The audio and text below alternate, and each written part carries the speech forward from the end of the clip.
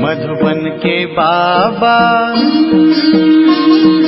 मधुबन के बाबा मुरली वाले, आपका क्या कहना,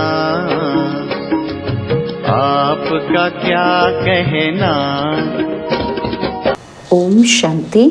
आज 6 अगस्त 2025 के साकार मधुर महावाक्य हैं। आज मीठे मीठे बाप दादा बोले, मीठे बच्चे, जितना समय मिले एकांत में जाकर याद की यात्रा करो। जब तुम मंजिल पर पहुंच जाएंगे तब ये यात्रा पूरी हो जाएगी। बाबा ने कहा, मीठे बच्चे, जितना समय मिले एकांत में जाकर याद की यात्रा करो। जब तुम मंजिल पर पहुंच जाएंगे तब ये यात्रा पूरी हो जाएगी। बाबा ने आज प्रश्न पूछा कि संगम पर बाप अपने बच्चों में कौन सा ऐसा गुण भर देते हैं जो आधा कल्प तक चलता ही रहता है। तो उत्तर में बाबा कहते, जैसे मैं अति स्वीट हूँ ऐसे बच्चों को भी स्वीट बना देता हूँ। देवताएं बहुत स्वीट है, तुम बच्चे अभी स्वीट बनने का पुरुषार्थ कर रहे हो। जो बहुतों का कल्याण करते हैं, जिनमें कोई शैतानी ख्यालात नहीं है, वही स्वीट है। उन्हें ही ऊंच पद प्राप्त होता है, उनकी ही फिर पूजा होती है। ओम शांति। बाप बैठ समझाते हैं कि इस शरीर का मालिक है आत्मा। यह पहले समझना चाहिए, क्योंकि अभी बच्चों को ज्ञान मिला है। पहले पहले तो समझना है कि हम आत्मा हैं। शरीर से आत्मा काम लेती है, पाठ बजाती है। ऐसे ऐसे ख्यालात और कोई मनुष्य को आते ही नहीं, क्योंकि देह अभिमान में है और यहाँ इस ख्याल में बिठाया जाता है कि मैं आत्मा हूँ, ये मेरा शरीर है, मैं आत्मा परमपिता परमात्मा की संतान हूँ। यह याद ही घड़ी घड़ी भूल जाती है, तो ये पहले पूरी याद करनी चाहिए। यात्रा पर जब जाते हैं तो कहते हैं चलते रहो। तुमको भी याद की यात्रा पर चलते रहना है, यानी याद करना है। याद नहीं करते गोया यात्रा पर ही नहीं चलते। देह अभिमान आता है और देह अभिमान से कुछ न कुछ विकर्म बन जाता है। ऐसे भी नहीं कि मनुष्य सदैव विकर्म करते हैं, फिर भी कमाई तो कम हो जाती है ना। इसलिए जितना हो सके क्या करना है, याद की यात्रा में ढीला नहीं पड़ना चाहिए। एकांत में बैठ अपने साथ विचार सागर मंथन कर पॉइंट्स निकालनी होती है कि कितना समय बाबा की याद में रहते हैं। बाबा कहते हैं मीठी चीज़ को याद पड़ती है ना, मीठी चीज़ की उसको याद करते हैं हम। बच्चों को समझाया है कि इस समय सभी मनुष्य मात्र एक दो को नुकसान ही पहुंचाते हैं। सिर्फ टीचर की महिमा बाबा करते हैं और उनमें कोई कोई टीचर खराब होते हैं, नहीं तो टीचर माना टीच करने वाला, मैनर्स सिखलाने वाला। जो रिलीजियस माइंडेड अच्छे स्वभाव के होते हैं, उनकी चलन भी अच्छी होती है। बाप अगर शराब पीते हैं तो बच्चों को भी वही संग लग जाता है। इसको कहेंगे खराब संग, क्योंकि रावण राज्य है ना, तो राम राज्य था ज़रूर, परंतु वो कैसे था, कैसे स्थापन हुआ, ये वंडरफुल मीठी बातें तुम बच्चे ही जानते हो। स्वीट, स्वीटर, स्वीटेस्ट कहा जाता है ना, तो बाप की याद में रहकर ही तुम पवित्र बन औरों को पवित्र बनाते हो। बाप नई सृष्टि में नहीं आते हैं। सृष्टि में मनुष्य, जानवर, खेती बाड़ी आदि सब होता है, तो मनुष्य के लिए सब कुछ चाहिए ना। तो शास्त्रों में प्रलय का वृत्तांत भी रॉन्ग है। बाबा कहते प्रलय होती ही नहीं, यह सृष्टि का चक्र फिरता ही रहता है। बच्चों को आदि से अंत तक का ख्याल में रखना है। मनुष्य को तो अनेक प्रकार के चित्र याद आते हैं, मेले मलाखड़े याद आते हैं, वह सभी हैं हद के। तुम्हारी है बेहद की याद, बेहद की खुशी, बेहद का धन। बेहद का बाप मिला है ना, तो हद के बाप से सब हद का मिलता है, और बेहद के बाप से बेहद का सुख मिलता है। सुख होता ही है धन से। धन तो वहाँ अपार है, सब कुछ सतोप्रधान है वहाँ। तुम्हारी बुद्धि में है कि हम सतोप्रधान थे, फिर बनना है। यह भी तुम अभी जानते हो। तुम्हारे में भी नंबरवार हैं, स्वीट, स्वीटर, स्वीटेस्ट, है ना? तो बाबा से भी स्वीट होने वाले हैं, वही ऊंच पद पाएंगे। स्वीटेस्ट वह है जो बहुतों का कल्याण करते हैं। बाप भी स्वीटेस्ट है ना, तो तब तो सब उनको याद करते हैं। कोई शहद या चीनी को ही स्वीटेस्ट नहीं कहा जाता, यह मनुष्य की चलन पर कहा जाता है। कहते हैं ना कि ये स्वीट चाइल्ड है, तो सतयुग में कोई भी शैतानी बात होती ही नहीं। इतना ऊंच पद जो पाते हैं तो इसका मतलब ज़रूर यही पुरुषार्थ किया है। तो तुम अभी नई दुनिया को जानते हो। तुम्हारे लिए तो जैसे कल नई दुनिया सुखधाम होगी। मनुष्य को पता ही नहीं कि शांति कब थी।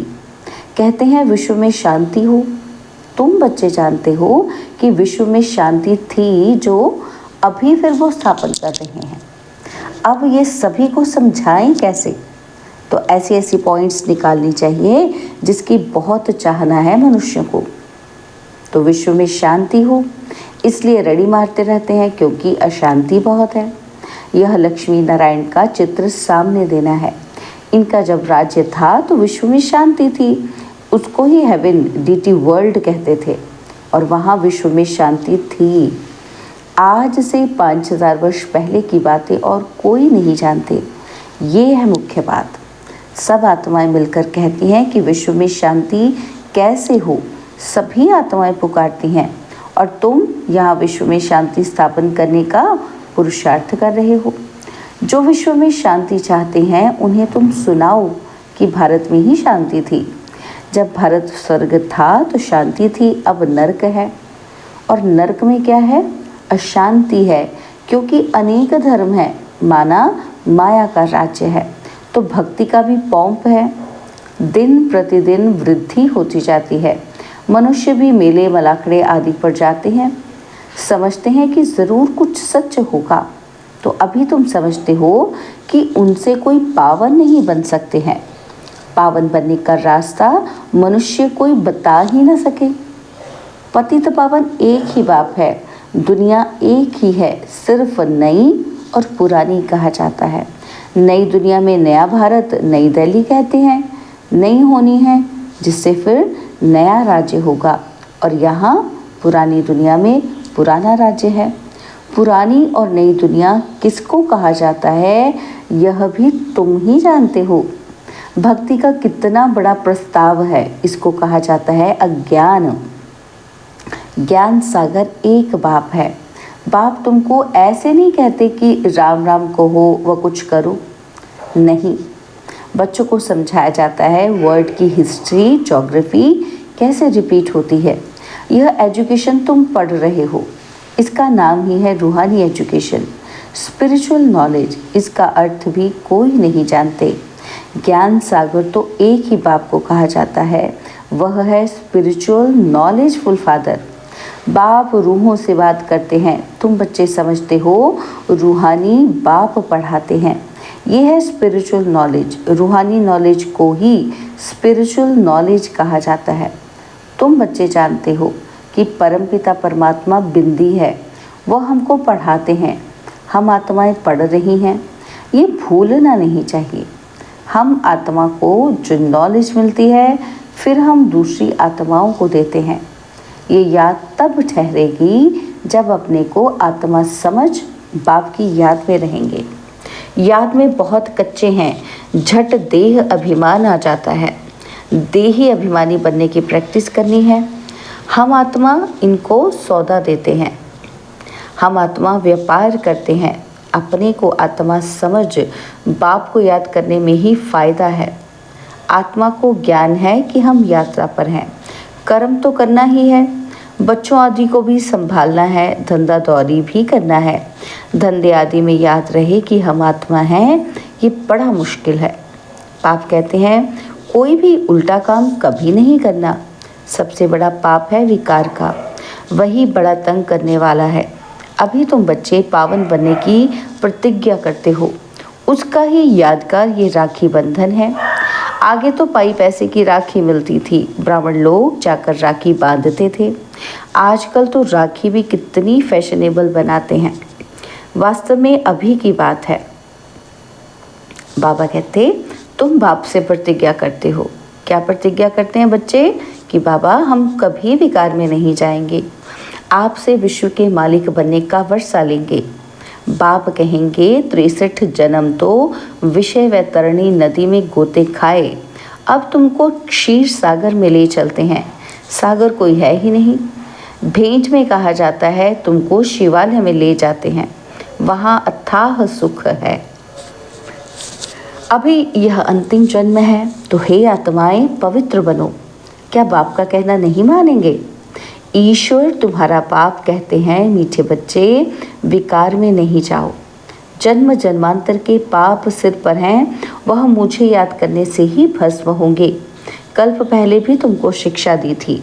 बाप गारंटी तब करते हैं जब तुम यह गारंटी करते हो कि बाबा हम आपको याद करते रहेंगे। इतना याद करते रहो जो शरीर का भान ना रहे। सन्यासियों में भी कोई कोई तीखे बहुत पक्के ब्राह्मण ब्रह्म ज्ञानी होते हैं, वह भी ऐसे बैठे बैठे शरीर छोड़ते हैं।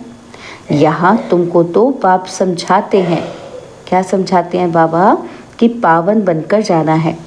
वह तो अपनी मत पर चलते हैं। ऐसे नहीं कि वह शरीर छोड़कर कोई मुक्ति जीवन मुक्ति में जाते हैं। नहीं, आते फिर भी यहाँ ही है, परंतु उनके फॉलोअर्स समझते हैं कि वो निर्वाण गया।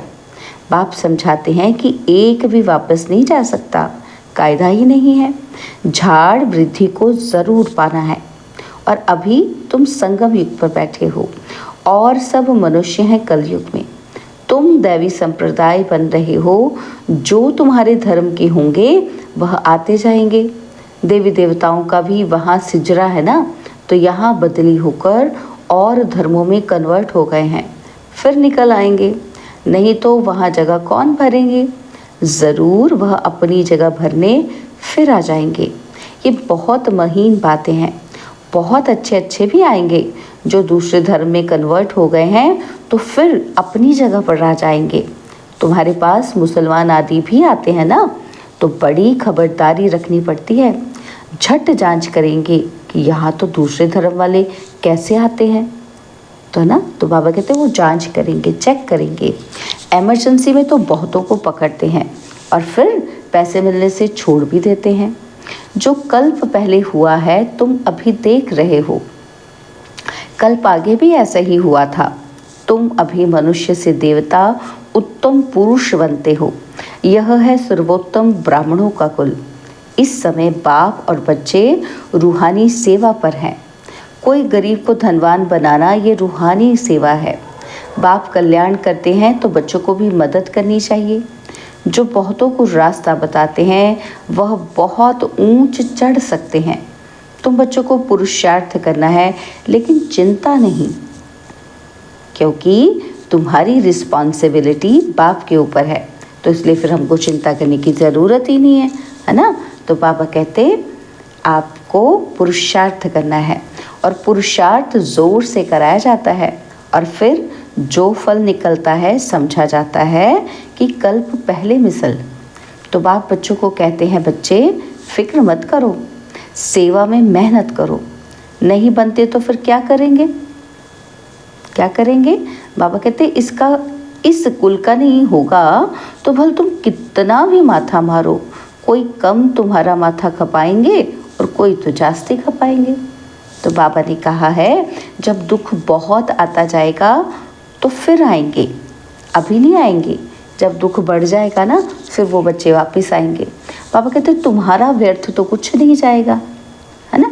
हमने जो पहले कोशिश की है तो वो तो हमारी वेस्ट नहीं जाएगी। पापा कहते तुम्हारा काम है राइट बताना।